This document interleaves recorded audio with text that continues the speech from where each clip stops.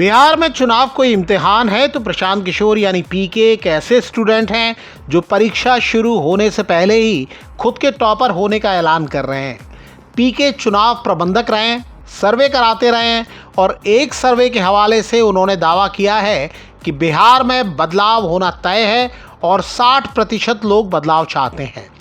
हाल में पोल ट्रैकर ने भी अपने ओपिनियन पोल के नतीजों का ऐलान करते हुए दावा किया था कि बिहार में बदलाव होने जा रहा है, लेकिन इस ओपिनियन पोल में बिहार में कांटे की टक्कर दिखाई गई थी और दावा किया गया कि महागठबंधन यानी आरजेडी, कांग्रेस और वाम दलों के गठबंधन को बहुमत मिलेगा।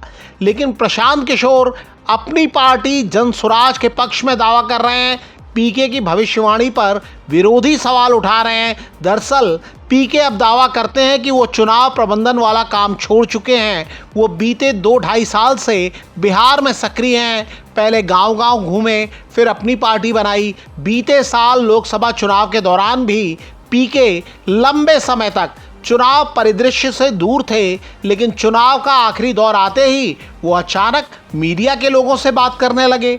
पहले चर्चित महिला पत्रकार से बात की, उसके बाद एक के बाद एक चैनल और सोशल मीडिया के चर्चित नाम उन्हें बात करने के लिए बुलाने लगे। ये दावा किया जाता है कि चुनाव प्रबंधक का काम करते हुए पीके ने मीडिया में कई दोस्त बना लिए। ये उनकी प्रोफेशनल ज़रूरत थी। कई लोग ये भी दावा करते हैं कि खबरों के लेन देन में दोनों पक्ष एक दूसरे के हितों का ध्यान रखते हैं। पीके हर जगह दावा कर रहे थे कि पीएम नरेंद्र मोदी की पार्टी बीजेपी 300 से ज़्यादा सीटें हासिल करेगी। उनका दावा था कि बीजेपी को 2019 के आम चुनाव से ज़्यादा सीटें मिलेंगी। 2019 में बीजेपी ने 303 सीटें जीती थीं, लेकिन नतीजे आए तो बीजेपी 240 सीटों पर ही जीत हासिल कर सकी। मीडिया रिपोर्टों में पीके के हवाले से कहा गया कि भविष्यवाणी गलत होने के लिए वो माफ़ी मांगने को तैयार हैं, जबकि कई लोगों ने ये भी दावा किया कि ये पीके की सोची समझी रणनीति थी। ऐसे लोग आरोप लगाते हैं कि पीके पर्दे के पीछे रहते रहते उस समय मीडिया से बातें करने लगे जब आखिरी चरणों की वोटिंग होनी थी। वो ज़ोर शोर से बीजेपी की जीत का दावा कर रहे थे और इसका मकसद बीजेपी को लाभ पहुंचाना था। ऐसे लोगों का दावा है कि अगर पीके चैनल घूमकर बीजेपी के पक्ष में हवा नहीं बना रहे होते तो विपक्ष को कुछ और सीटें मिल सकती थीं। बिहार में भी कई लोग पीके पर बीजेपी की बी टीम होने का आरोप लगा रहे हैं। ऐसे लोग याद दिलाते हैं कि बिहार के सीएम नीतीश कुमार ने कई बार कहा है कि उन्होंने बीजेपी के टॉप नेताओं में से एक गृह मंत्री अमित शाह के कहने पर पीके को अपनी पार्टी में शामिल किया था। पीके, अमित शाह या बीजेपी की ओर से एक बार भी इस दावे का खंडन नहीं किया गया। बिहार में ये सभी को याद है कि पीके किसी समय सीएम नीतीश कुमार के साथ ही रहते थे और उन्हें अपने पिता की तरह बताते थे और आज वो उन्हें पानी पी पी कर कोसते हैं। इन दिनों पीके कांग्रेस नेता राहुल गांधी को चुनौती दे रहे हैं। रविवार 15 जून को उन्होंने राहुल गांधी को उनके नारे डरो मत की याद दिलाते हुए कहा कि वो भी राहुल गांधी से कहते हैं कि डरो मत, अकेले आओ मैदान में। राहुल गांधी साफ कर चुके हैं कि बिहार चुनाव में उनकी पार्टी आरजेडी के महागठबंधन का हिस्सा रहेगी। पीके आरोप लगाते हैं कि राहुल गांधी की कांग्रेस बिहार में लालू यादव के बेटे तेजस्वी यादव का झोला उठा रही है। पीके ने आरोप लगाया कि ये किसी विचारधारा के नहीं बल्कि अवसरवाद की राजनीति के प्रतीक बन चुके हैं। लेकिन बहुत से लोग आरोप लगाते हैं कि असल अवसरवादी प्रशांत किशोर हैं। बिहार में सक्रिय होने के पहले साल 2022 में ही प्रशांत किशोर कांग्रेस के साथ काम करना चाहते थे।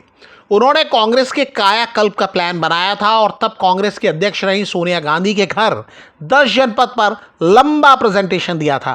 कांग्रेस ने एक एम्पावर्ड कमेटी बनाई थी, उसमें प्रशांत किशोर को रखा गया था। प्रशांत किशोर ने इसी बात पर कांग्रेस के साथ न आने का फैसला किया था। इसकी जानकारी प्रशांत किशोर और कांग्रेस नेता रणदीप सिंह सुरजेवाला दोनों ने दी थी। प्रशांत किशोर 2015 में बिहार के महागठबंधन के साथ भी काम कर चुके हैं।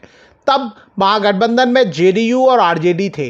अभी पीके दावा कर रहे हैं कि बिहार चुनाव में महागठबंधन चौथे नंबर पर रहेगा। इस पर आरजेडी नेता प्रशांत किशोर को उस उपचुनाव की याद दिला रहे हैं जहां पीके की पार्टी चारों सीटों पर चारों खाने चित हो गई थी। इसके पहले लालू यादव ने अपनी आत्मकथा में दावा किया था कि नीतीश कुमार जब महागठबंधन से अलग हो गए थे तब पीके उनके दूत बनकर दोनों पार्टियों के विलय की कोशिश में लगे थे। बिहार की पूर्व सीएम और लालू यादव की पत्नी राबड़ी देवी के हवाले से भी दावा किया गया था कि नीतीश ने दोनों पार्टियों के फिर से एक होने का संदेश लेकर अपना कबूतर भेजा था।